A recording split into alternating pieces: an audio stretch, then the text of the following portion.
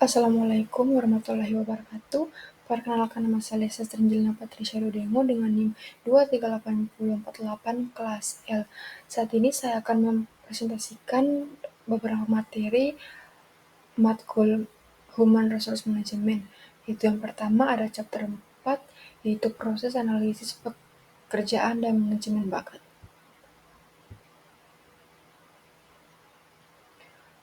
Yang pertama yaitu analisis pekerjaan, yaitu suatu prosedur untuk menentukan tugas dan keterampilan yang diperlukan dari suatu pekerjaan dan jenis orang serta karakteristik yang harus dipekerjakan untuknya. Analisis pekerjaan ini menghasilkan informasi untuk menulis suatu deskripsi pekerjaan.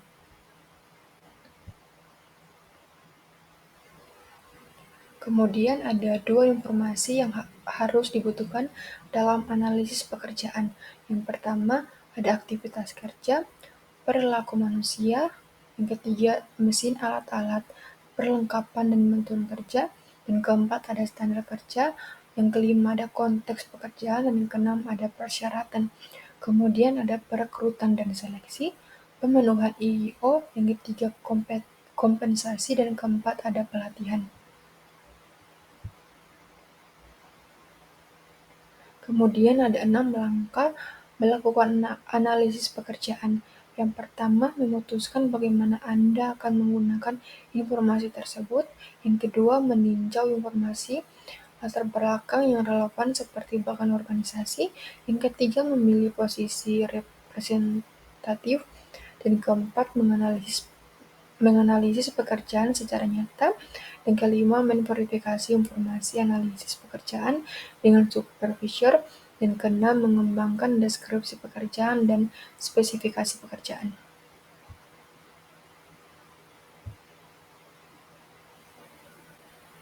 Kemudian ada 3 metode untuk mengumpulkan analisis pekerjaan.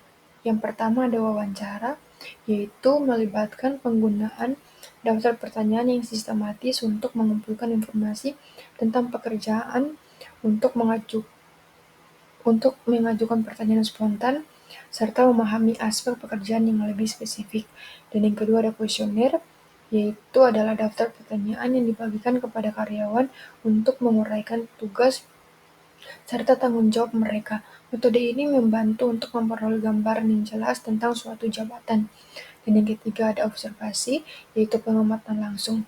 Metode observasi melibatkan pengamatan langsung suatu pekerjaan dan mencatat aktivitas yang dilakukan. Metode ini sangat efektif untuk pekerjaan yang melibatkan aktivitas fisik yang dapat diamati.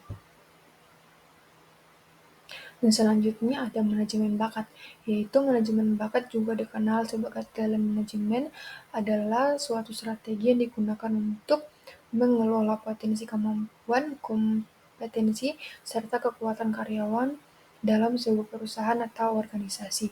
Tujuan utama manajemen bakat adalah untuk meningkatkan produktivitas dan keunggulan kompetitif perusahaan melalui pengembangan dan pemanfaatan secara efektif.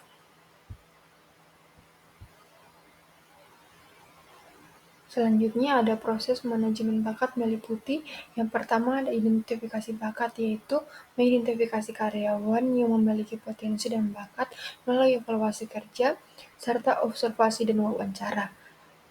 Kemudian ada pengembangan bakat, yaitu mengembangkan bakat yang telah diidentifikasi melalui pelatihan pengembangan keterampilan dan pengalaman kerja.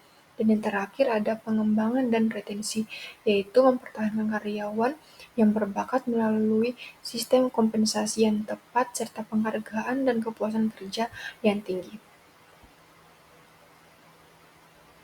Untuk kesimpulan di chapter 4 ini adalah proses analisis pekerjaan dan manajemen bakat adalah dua komponen penting dalam manajemen sumber daya manusia yang saling berkaitan dan berinteraksi.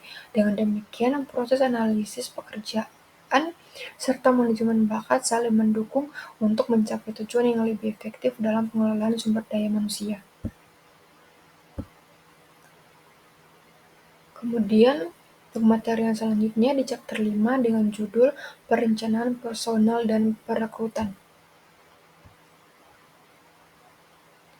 Perencanaan dan Peramalan Angkatan Kerja.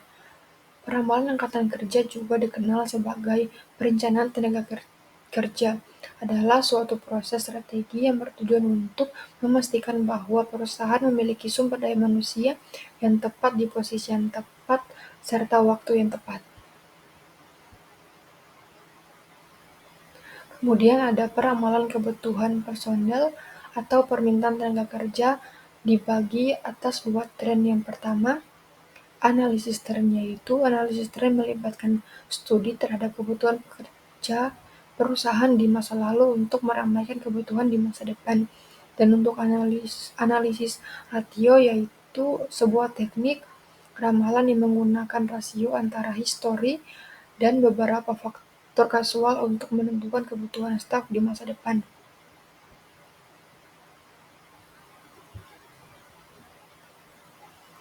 Selanjutnya, ada 4 hal yang perlu diperhatikan dalam perencanaan angkatan kerja.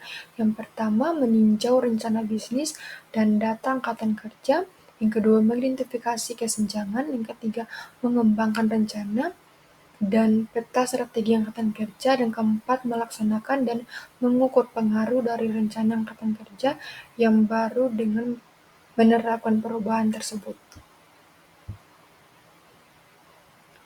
Selanjutnya yaitu meramalkan penawaran kandidat dari dalam, yaitu inventory kualitas atau keterampilan.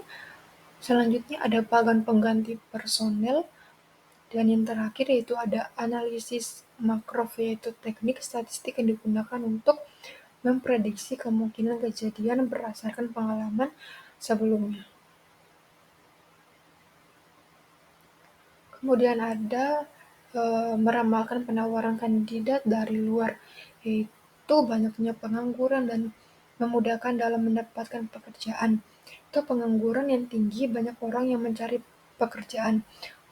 Hal ini berarti bahwa perusahaan memiliki lebih banyak pilihan kandidat yang mungkin lebih kompeten, karena mereka lebih bersemangat untuk mendapatkan pekerjaan dan lebih terdorong untuk menunjukkan keterampilan. Dan berikutnya ada alasan untuk mendapatkan kandidat yang lebih kompeten, yaitu kandidat yang mencari pekerjaan dalam situasi pengangguran yang cenderung lebih terdorong untuk meningkatkan keterampilan mereka.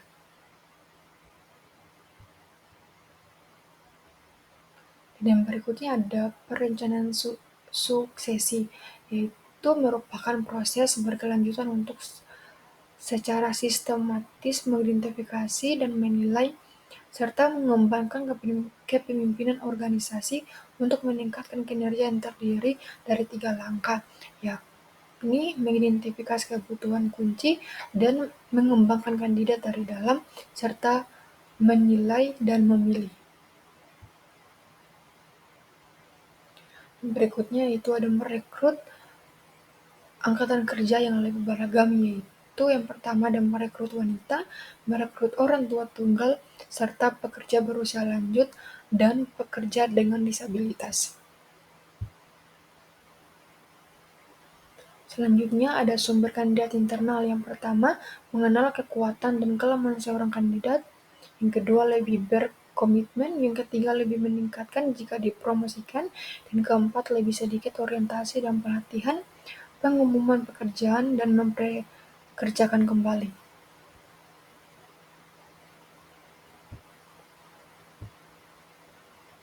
Dan untuk sumber kandidat dari luar, yaitu yang pertama ada perekrutan informal dan pasar pekerja tersembunyi. Selanjutnya yaitu ada merekrut via internet, media sosial, agensi pekerjaan, departemen tenaga kerja, dan agensi swasta, pekerja temporer atau paruh, dan perekrut eksekutif, serta perekrutan perguruan tinggi. Untuk kesimpulan dari materi chapter 4 ini, yaitu perencanaan dimulai dengan analisis untuk yang lebih mendalam terhadap tujuan suatu perusahaan dan kebutuhan tenaga kerja, termasuk pemetaan sumber daya manusia yang ada. Hal ini membantu dalam memahami kekuatan dan kelemahan internal serta meramalkan kebutuhan di masa depan. Sekian presentasi saya, terima kasih.